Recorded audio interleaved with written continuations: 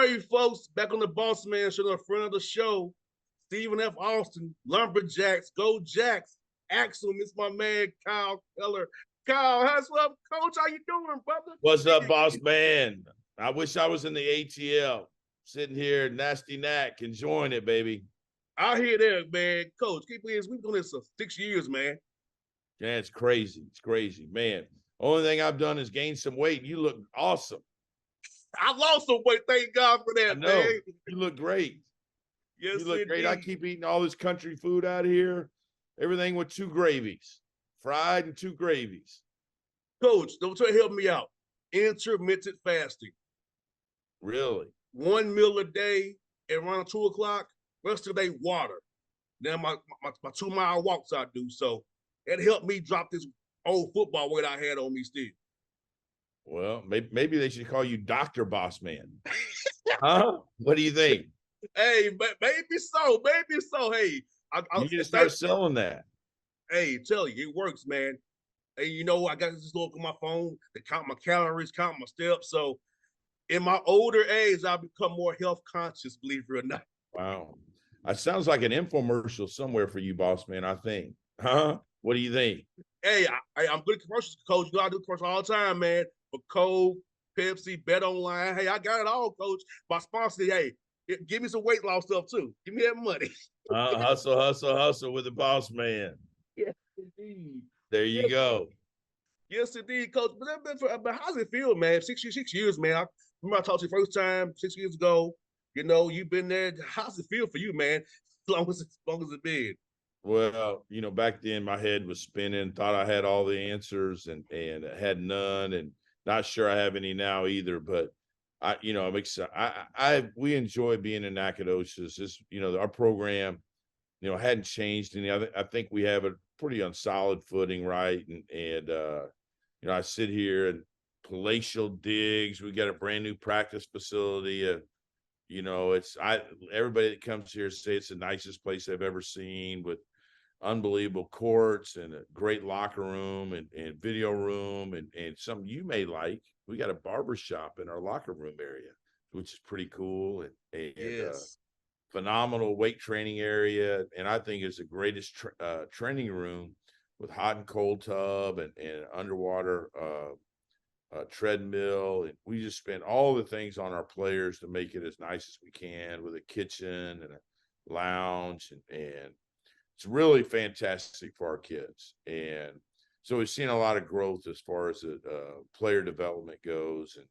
And we've changed leagues, getting into the WAC last year, and we're able to win the regular season title, and weren't able to win the conference tournament, but it's a heck of a basketball league, and have our fans are learning some new rivals. And so it's a lot of travel for us, and it's been a lot of fun, it's been good. As you know, Coach, my dad's a barber, 82 years old. You remember that my dad was a barber, so he's the big boss, man. I said it. Yeah, I full trim myself, not on top. I'm not going to show you the top, but on the sides and in the back. I need a little edge up right now as we speak. And my dad still cuts 82. He still cuts too. He still does it. 82 years old, still cuts hair. We'd take care of him if he came over here, because trust me, we got some bad looking hair on our team right now. I can't say that those players, but we got bad hair on our team. And the way things are today, you can't even talk about your players' hair. You just got to let it go. So they like it.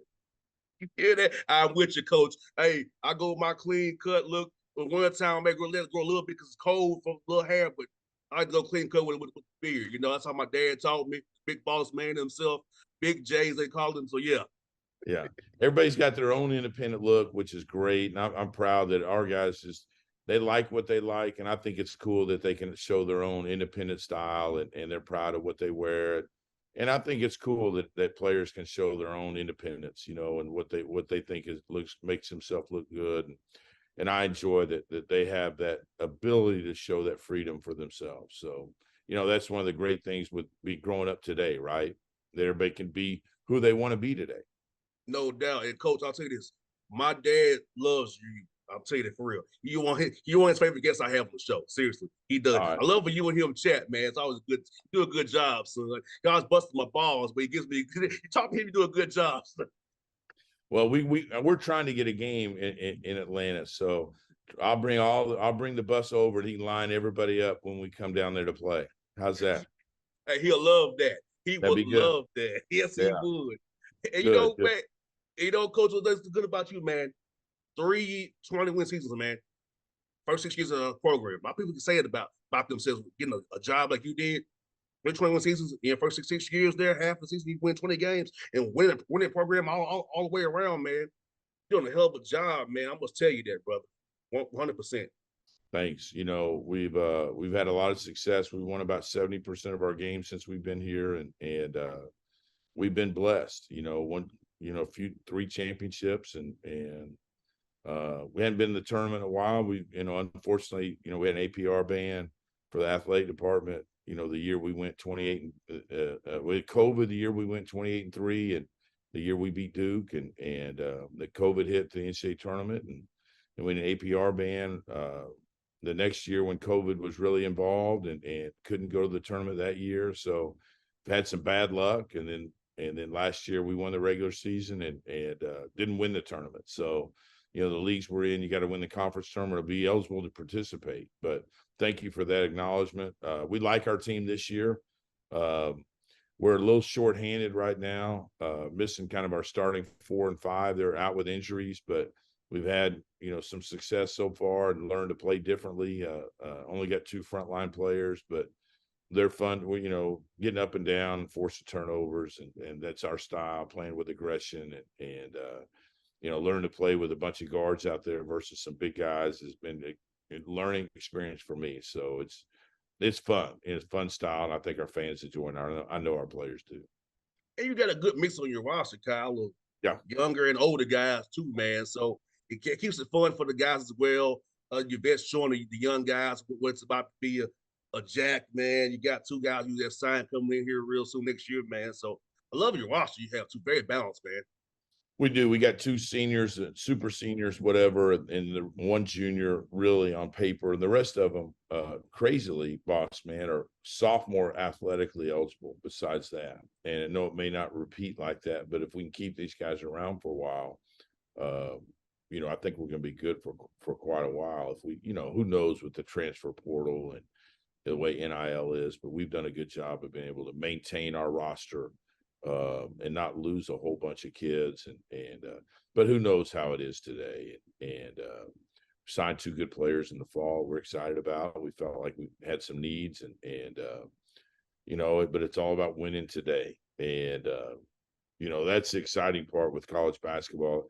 I think there's more parity. You say it every year, right? More parity, and what's led to that, who knows? If it's NIL, if it's a transfer portal, guys that were stuck behind somebody else that not getting an opportunity and given some confidence playing for somebody else that behind a good player was just a notch below somebody else that wasn't able to play, and then a coach just waves that magic wand and allows them to play for somebody else and gets a juice of confidence. Playing for a mid-major or playing for somebody else. And all of a sudden they become a great player. And you know what? The WAC is a hell of a conference, man. Between yourself, you got my man Brett doing things over Abilene. Yeah, Matt Figures been on some of Grand Valley, other Bryce Drew, Chris up in Seattle, man. The league is tough. I mean, there's no easy outs in the WAC any night of the year, man. That's probably the biggest change from us playing. And not that the Southland was an easy conference, but the one thing, Bossman, I think there's 13 schools in our league. I think there's 11 or 12 coaches that had won Coach of the Year in some league or another in our league. And it's a not that there's not great players, but there's really, really good coaches in our league that have excelled and won Coach of the Year awards. And so it's a challenge, when you go into the WAC that, you play in some really good basketball schools. Last year we played, which is different kind of the South that we are. You don't play in front of, sold out arenas or play in front of, played in front of about 9,500 at Mexico State. It was sold out at Cal Baptist when we played out there last year. Just different places where it's, they really enjoy basketball. So, which is, as a coach, I spent 18 years in the Big 12 and the SEC, and you love those kind of environments. You love going to win in those places where basketball is cool. Like our place, we have great crowds, and so I get your juices going, and versus going someplace where there's only a couple hundred players. I mean, a couple hundred fans or less than 1,000. Kids get excited to play in that. And you're in the middle of ACC and SEC territory where you're at. Sometimes in late January, early February, the dog days, right? And there's no fans out there. You can be like, oh man, I'm on the road, I'm tired, my body hurts. Where do you get your juice from? But when you go on the road, in our places, you get some juice when the place is full. And that's the exciting thing, to me being in the WAC is you play in some true basketball places. You talk about Seattle playing the NBA arena. It's a lot of fun. We got a butt kick, but Chris does a great job. He's got a great team. So, it's fun. Also for you, how was it trying to change your recruiting? What kind of guys you went out to in the Southern Conference with a certain kind of a guy? Now you're in the WAC, was kind of a high major school now in the conference. Bossman, great question. Great question. I mean, the game. So, for us, changing leagues, going from the 29th, 30th ranked league, whatever, to 13th, 14th ranked league, probably just outside of the area right now where you get multiple bids in and close, but just outside of that range. The difference I thought in the two leagues was the size of the wings, the perimeter players, and a little bit of the four-man. I didn't know if this, and probably maybe the centers a little bit. We got away with last year I had a 6'7", 255-pound center who was an all-league player, but he was an anomaly. He's a big, strong guy. But our wings were too small. Even though we won the league, it was a challenge every game because our twos and threes were probably 2 inches shorter than everybody else. And we had to recruit to still play with speed, but we needed to get some 6'4", 6'5", 6, try to get, those type wing players. And so that's kind of what we tried to do with our recruiting, was to try to elevate our size and to get bigger to compete, because our rebounding numbers were a little bit off, and that's the advantage I think that the good teams in the WAC had over us. No doubt. You got a tough matchup as well. Coming up here with Eric, man. Eric does a hell of a job at South Dakota State, man. The Jackrabbits are always in the tournament, man. Eric is a heck of a guy, a good buddy of mine. So tell me about that matchup with his guys in the Jackrabbits, man. Well, I told our players this morning. I didn't want to tell them the exact number, but I think they're like 103-4, maybe, up there in the last 7 or 8 years or 6 years or something. They're a little bit better than we are at home. But my wife was telling me that I didn't even know the exact number, but my wife was telling me, she was watching their game against Arkansas when I got home, and now nobody really wants to go up there. Not that I want to go up there either. It's 42 degrees here today, and I'm freezing my butt off in Nacogdoches. I'm afraid to know what the temperature is in Brookings, but we like challenges. I may not like it Saturday night, but we like to do things that are abnormal. We tell our players and recruits that we do abnormal things, and we probably bitten off a little more than what we can chew. He's a great coach, and not only a great coach, he's a really, really fine gentleman, and does a great job coaching his team. And he did a great job taking over for TJ. It's probably elevated the program since then, and they play the game the right way and play unselfish, and we'll have our hands full. It's actually their first game in Brookings Saturday night. They played at the Pentagon or whatever it is, Pentagon, or and played a couple road games and neutral sites, and so I'm sure they'll have plenty of juice for us Saturday night. We'll have our hands full. Now, so you have a fun MTE coming up here, man, the Montreal Classic. So how was your French, man? You got to get ready for their French, man.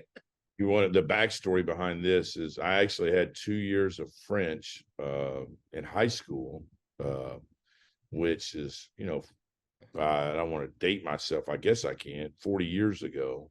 And the limited knowledge that I still have from that French, I had a couple of friends that were in that class, and they were kind enough to tutor me through it to be able for me to just pass the Texas requirements of high school graduation of 2 years of foreign language. So I didn't retain a lot of that French. Everybody took Spanish, and I wanted to be different, so I took French, and not very smart on my part. But we've always gone on Southern trips or whatever, and we wanted to take these guys somewhere different, and so we were able to take them to Canada, because I went to Canada one of my years when I was at Kansas, and I thought that was we went to Toronto, and I thought it was a great experience. Of course, that was in August and September, not in the November. But I thought it was neat to take the kids somewhere different, and they loosened up the vaccination rules so the wives and the families can go and to spend Thanksgiving. And it's going to be good. We'll play good teams up there. Play UNC Greensboro and Quinnipiac, who's won a couple games, and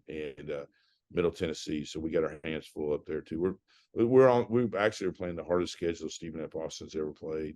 They don't have any Power 5 games, but a bunch of teams just like us, and so it's good. We're going to be challenged, and it'll be a lot of fun.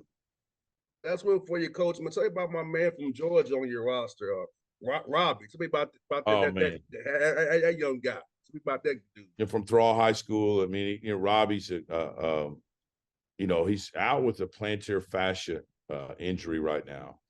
And Robbie's someone that can jump over your car. He's got about a 43.5-inch vertical. He's a transfer, played at University of Houston last year. And a lot like a lot of these kids in the transfer portal, didn't get a lot of minutes his freshman year. They're going to the Big 12. Probably he's not big enough to play in the Big 12. He's about 6'5.5", 6'6", about 210 pounds, 215 at the 4 spot. Was probably starting at the 4 spot for us, and then tore his plantar fascia in our first secret scrimmage, and hasn't played. And not really sure when he's going to come back. I've never had that injury. Basketball, when a guy that that's an old man's injury, but I've never had someone work as hard as he has in the gym. I mean, he's in here when he's not in class, he's in the gym working. I've never seen a guy improve his shot as much as he has, because he's always been just kind of an athlete, and he's really, really improved skill wise. But we love having those Atlanta guys. We've always kind of had one in our program. I appreciate you having me on, because Atlanta, Georgia has been so good to us. This is about the 4th or 5th Atlanta guy we've had. We've talking off the air about probably the most famous one we've had is Kevon Harris, who's with the Atlanta, or our all-time leading scorer at SFA, who's with the Orlando Magic now. And Robbie, I think, has got a chance to be a special player for us. No doubt. I'm doing that. I can help with the ATL, man. I always put you on this show at least once a year, man. Every year I had the show, man. Every year I had the show, brother. I take care of you, man. There's so many good players in Atlanta. I mean, and everybody recruits it as well they should, because there's great players there. There's great coaches there. They run great AAU programs. They run great high school coaches. I mean, the number 1 player in the country is coming from Atlanta this year, and so I mean, it's just it's just a thoroughbred of great players that's been there through the test of time. I mean, I think it's just a tradition-rich basketball area, and you see why that those leagues, the ACC's been so good for so long, the SEC, and we've just tried to steal 1 or 2 ever so often. I got a guy on my staff, Tanner Smith, who's from Atlanta. I don't know if you know Tanner or not. I played at Clemson, and it was at Kennesaw, and Tanner was just there last weekend. We're trying to recruit that area still, so see if we can steal 1 or 2 out of there that maybe nobody knows about. You got there right. Get them diamonds in the rough, Coach. Now I get you on the show. We'll talk about them as we always do, man. Got support the ATL here on the Bossman Show on your radio. Coach Keller, man, gonna catch up with you as always, my brother. Hope to talk to you in New Year when y'all know you're winning the league again. We'll chat again as we always do, man. All right, boss man. Thanks for having me on. It's always an honor. Axe 'em Jacks. Yes, indeed, folks. It's Kyle Keller, from the Bossman Show.